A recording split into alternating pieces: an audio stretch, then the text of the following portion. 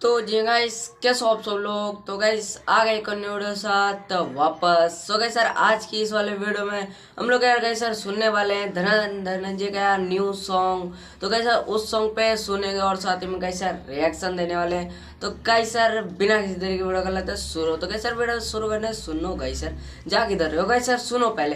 तो गाइस सर मेरा मतलब जो सेकंड चैनल गाइस सर जाओ यार, उसको भी यार सपोर्ट दिखो यार। बहुत दिनों से यार मतलब गलत लिंक दिया गया था, तो गाइस सर अब जाके यार बहुत अच्छा मतलब सही लिंक दिया गया। तो जाओ यार उस पर क्लिक करो गाइस यार, मेरे वीडियो को देखो। अगर वीडियो अच्छा लगा हो तो गाइस सब्सक्राइब कर देना गाइस। तो गाइस बिना किसी तरह की वीडियो कर लेते हैं शुरू। तो गाइस यार वीडियो यहाँ पे मैं चला रहता हूँ, तो वीडियो जाते हैं शुरू।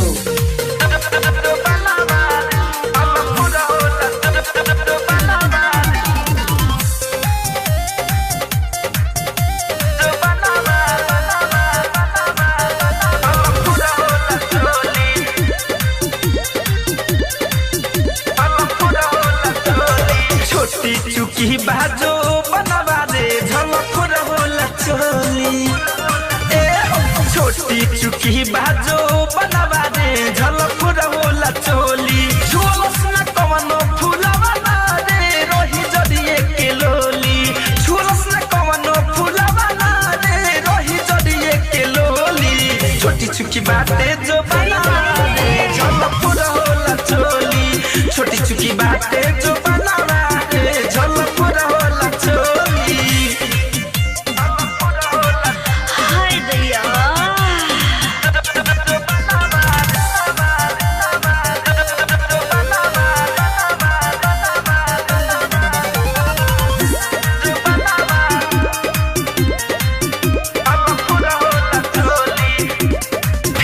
से हाथ का तो पौधे लगा गल कोनो के लव नहीं नैहर में लागल।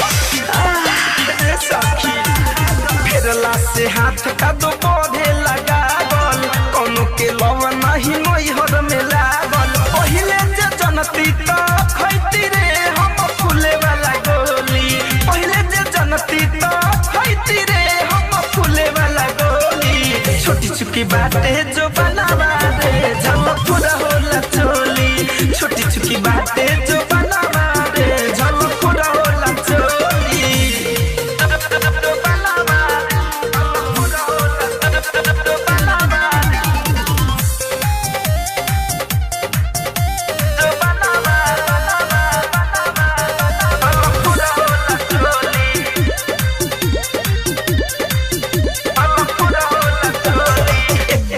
बानी हम पातर छीतर राइटर थारू हाथ डालस न भीतर रे सखी।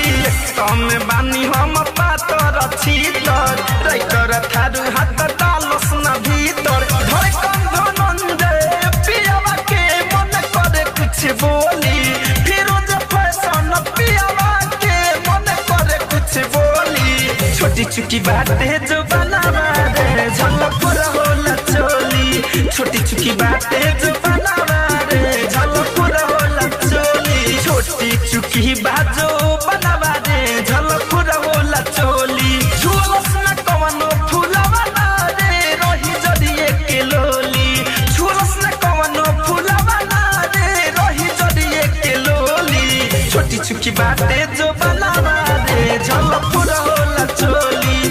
छोटी चुकी बातें जो बनावा रे झलक होला चोली। आरसीएम तो लोग ऐसा यहाँ पे हो चुके हैं यार वीडियो खत्म। तो कैसे आप सबको कैसा लगा वीडियो जाकर कमेंट से जरूर बताना। और कैसे अब तक यार मेरे सेकंड चैनल को सब्सक्राइब नहीं किया तो कैसे क्या कर रहे हो यार, जा रहा हूँ जल्दी से यार मेरे सेकंड चैनल को यार सब्सक्राइब करो। और कैसे उस पर यार मैं बहुत ही अच्छी वीडियो समझ लो कैसे लाते रहूँगा यार सर। जाओ गए सर उस पर यार उसको भी यार सब्सक्राइब कर दो। और गए सर कमेंट में उसके यार कमेंट में जाके जरूर से बताना कैसे उस पर मेरे को मतलब भोजपुरी डालना चाहिए, मतलब भोजपुरी सॉन्ग पे या हिंदी या फनी या कॉमेडी गए सर, जो भी आपको मन करेगा सर उस पर यार बताओ उस चैनल पे। गाइस सर मैं उस चैनल पे वही कंटेंट वीडियो लाता रहूँगा। तो गाइस सर आज की वीडियो में बस इतना है। वीडियो अच्छा लगा हो तो गाइस सर लाइक कर देना, चैनल को सब्सक्राइब करके बेल आइकन दबा देना। तो गाइस सर मिलते हैं नेक्स्ट वीडियो, तब तक के लिए बाय।